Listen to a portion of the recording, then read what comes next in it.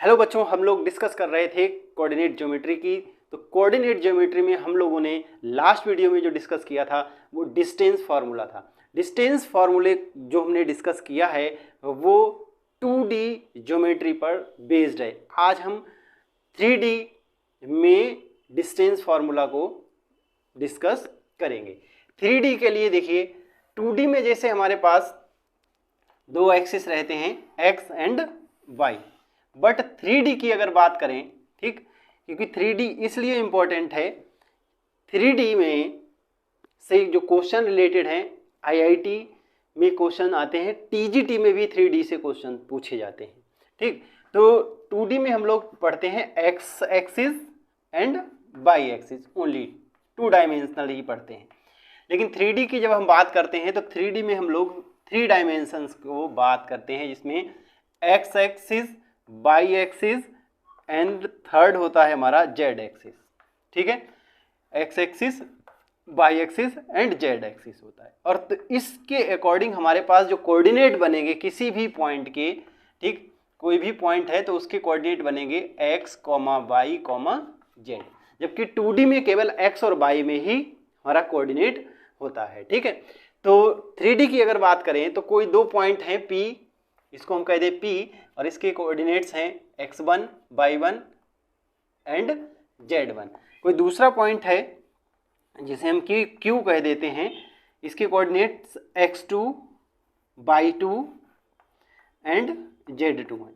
तो इन दोनों के बीच की अगर डिस्टेंस की बात करेंगे तो 3D में देखिए जो डिस्टेंस फार्मूला होता है d is equal to x2 minus x1 square plus y2 minus y1 square plus z2 minus z1 का स्क्वायर। ठीक है, 2D रहता है तो केवल x और y रहेगा, जब 3D की बात होगी तो z एक जो डायमेंशन है इंक्रीज होता है, तो वही उसी के कोऑर्डिनेट्स और आ जाएंगे। ठीक, तो आई होप कि ये क्लियर हो गया होगा। इतना क्लियर हो गया तो आज हम लोग जो डिस्कस करेंगे वो डिवीजन फार्मूले को डिस्कस करेंगे। ठीक है, क्या होता है डिवीजन फार्मूला, चलिए देख, तो चलिए आज हम बात करेंगे डिवीजन फार्मूले की। डिवीजन फार्मूले में देखिए क्या होता है, जैसे हमारे पास स्पेस में कोई दो पॉइंट है P एंड Q, P के जो कोऑर्डिनेट्स हैं वो है x1 y1 एंड Q के हैं x2 y2। P and Q को मिलाने वाली जो लाइन PQ होगी, इस पर कहीं एक पॉइंट A है जिसके कोऑर्डिनेट x, y है। अब ये जो पॉइंट A है वो इस पूरी लाइन PQ को एक रेशियो में डिवाइड करता है, तो हमने कह दिया कि ये M1 है और ये M2 है। ठीक है, सिंपल सा है, कोई एक लाइन है, उस लाइन पर कहीं पर एक कोई बीच में पॉइंट है, तो ये जो पॉइंट होगा बीच में वो किसी ना किसी रेशियो में ही डिवाइड कर रहा होगा इस पूरी लाइन को। तो ये फाइंड करना है कि किस रेशियो में ये डिवाइड कर रहा है। ठीक है, इसको हम बोलेंगे डिवीजन फार्मूला। इतनी बात क्लियर है? तो चलिए आज हम डिवीजन फार्मूले को ड्राइव करते हैं। देखिए, सबसे पहले ये जो इसमें ये जो कोऑर्डिनेट है उसमें ये रही y की वैल्यू, ठीक, ये y की वैल्यू, और ये रही आपकी x की वैल्यू। ठीक है, सेम ऐसे ही यहां से ये आपकी जो रहेगी वो y2 की वैल्यू है। ठीक है, यहां से ये हमने इसको ज्वाइन कर दिया। ठीक है, ये P है, ये Q है, इसको हम एक और M पॉइंट बोल देते हैं। ठीक है, ये जो पॉइंट है इस पॉइंट से, ठीक है, एक हमने इस पर परपेंडिकुलर ड्रॉ कर दिया, और इससे A पॉइंट से एक और यहाँ पर परपेंडिकुलर ड्रॉ किया जिसको हम N कह देंगे। ठीक, और इसको हम कुछ देर के लिए S कह देते हैं। ठीक है, ठीक है, तो अब देखिए यहाँ पर, यहाँ जैसे ये वाला जो डिस्टेंस है ये, ठीक है, ये वाली जो डिस्टेंस है P और S, देखिए भैया ये जो यहाँ से यहाँ तक की टोटल डिस्टेंस है वो कितनी है, यहाँ से और यहाँ तक की जो डिस्टेंस है वो है x। ठीक है, और यहाँ से और यहाँ तक की जो डिस्टेंस है दैट इज x1। तो ये P एंड S कितना हो जाएगा, P एंड S की अगर बात करेंगे तो x माइनस x1 हो जाएगा। बोलिए, होगा? ठीक है, सेम ऐसे ही आप यहां से और यहां तक का देखेंगे, यहां से यहां तक, ठीक। तो ये होगा कितना, y1, और ये कंप्लीट यहां से यहां तक पूरा कितना हो रहा है, ये है पूरा y2 नीचे तक, ठीक है, यहां तक y2 है, ठीक है। तो इसकी अगर बात करें इस इतने की, तो ये हो जाएगा, ये वाला ये हो जाएगा y2 माइनस y1, ठीक है। और अगर हम इसकी बात करेंगे केवल n तक की, तो ये हो जाएगा, देखिए y2 माइनस y, ठीक है, इतना ही तो होगा। और सेम ऐसे ही अगर हम इसकी बात करेंगे इसकी, तो ये होगा x2 माइनस x, ठीक, क्योंकि यहां तक है x और ये पूरा है x2, तो हमें चाहिए ये, तो इस पूरे में से यहां तक में से इतना माइनस कर दोगे तो ये बचेगा, ठीक है। यहां तक क्लियर हो गया होगा, ठीक, यहां तक क्लियर हो गया। तो ये आगे देखिए जरा, इस y वाले को अभी हटा देते हैं, ठीक है। अब हम क्या करते हैं, देखिए हमारे पास ये जो ट्राइंगल बन रहे हैं, एक तो बन रहा है PAS और दूसरा बन रहा है AQN, ठीक है, PAS और एक बन रहा है AQN, ठीक। तो हम देख रहे हैं कि ये वाला एंगल और ये एंगल, ठीक है, ये वाला एंगल, ठीक, और ये एंगल इधर, ये दोनों आपस में इक्वल हो जाएंगे, ठीक। ये 90 है, ये भी 90 है, ठीक, और ये वाला एंगल फिर इसके इक्वल हो जाएगा। तो यहां से तीनों एंगल इक्वल मिल रहे हैं, यानी कि ट्राइंगल PSA और ट्राइंगल AQN ये आपस में कैसे हैं, ये हैं आपस में समरूप, ठीक है। तो हम बोलेंगे ट्राइंगल PAS समरूप है, किसके समरूप है, AQ एंड N के, ट्राइंगल AQ एंड N के। समरूप जो ट्राइंगल्स होते हैं उनमें क्या रहता है, जो करस्पॉन्डिंग साइड्स होती हैं उनका रेशियो इक्वल होता है। तो इसमें हम करस्पॉन्डिंग साइड्स का रेशियो इक्वल लेके चलते हैं। तो देखिए PA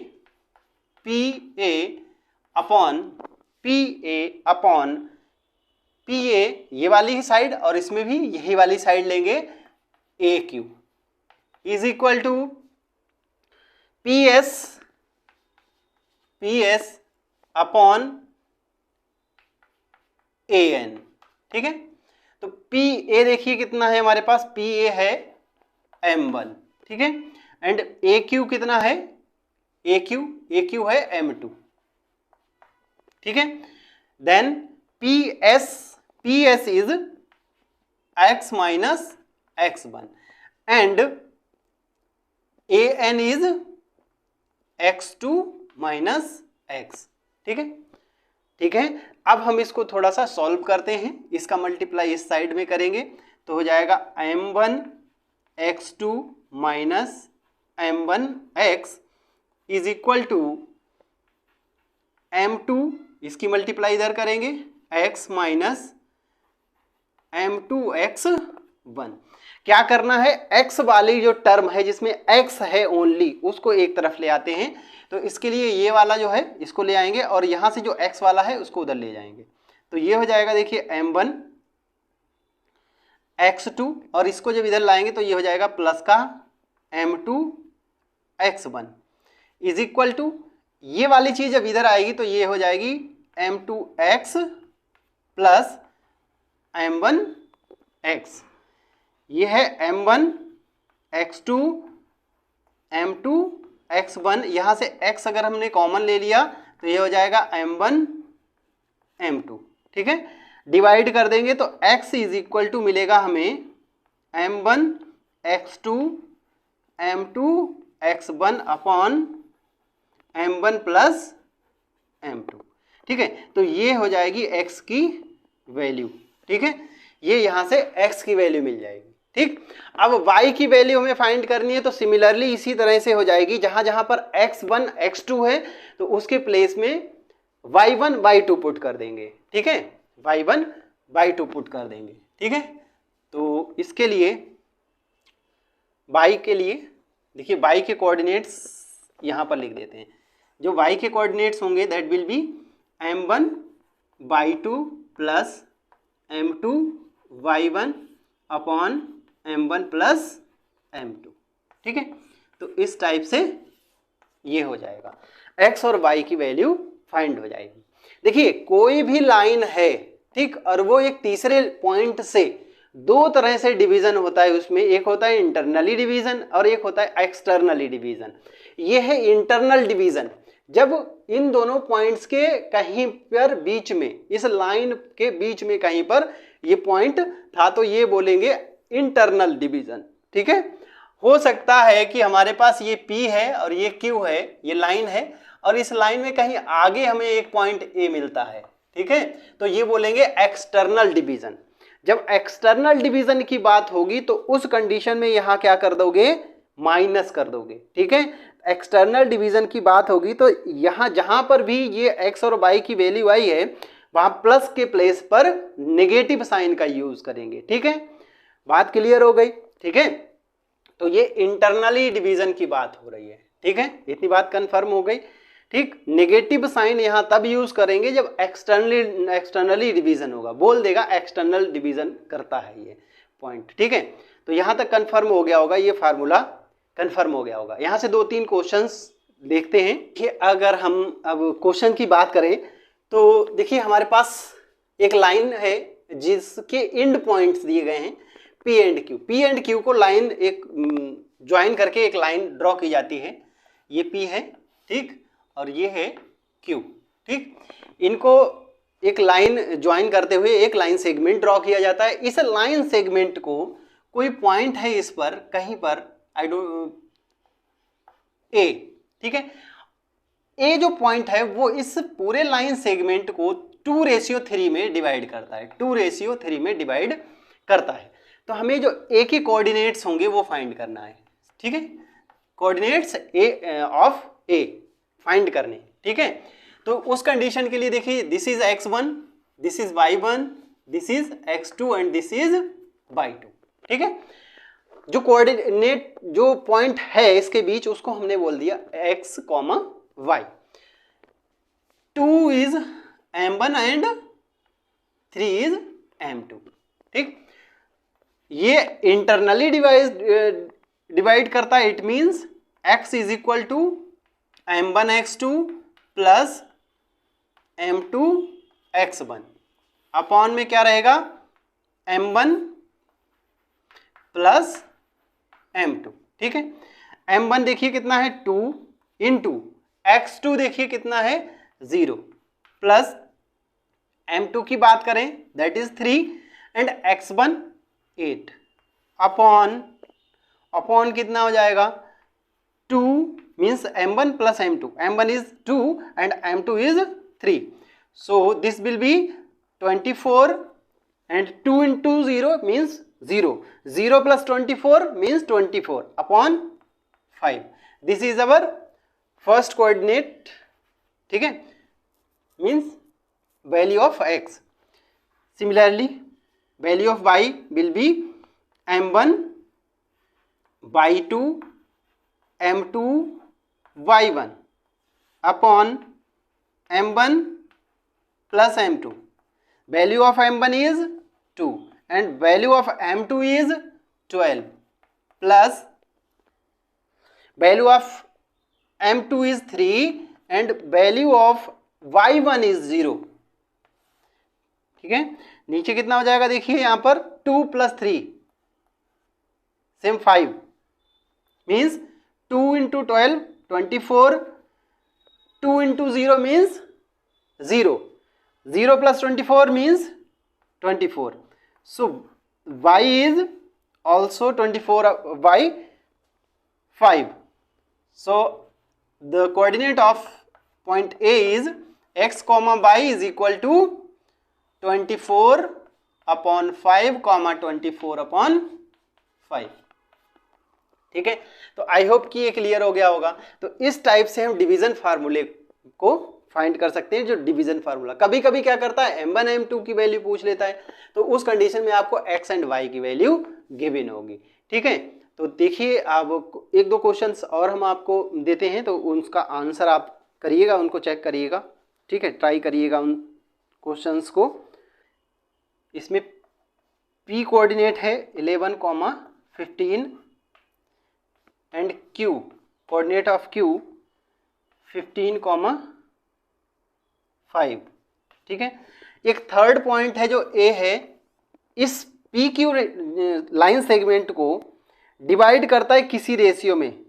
ठीक, हमें पता नहीं है किस रेशियो में डिवाइड कर रहा है, बट इसके कोऑर्डिनेट्स पता है। ठीक, तो हमें क्या चाहिए, m1 ratio m2, m1 ratio m2 find करना है। ठीक है, m1 रेशियो m2 की वैल्यू फाइंड करनी है। ठीक, चलिए ये भी हम ट्राई कर लेते हैं, इसको भी करके दिखा देते हैं। ठीक,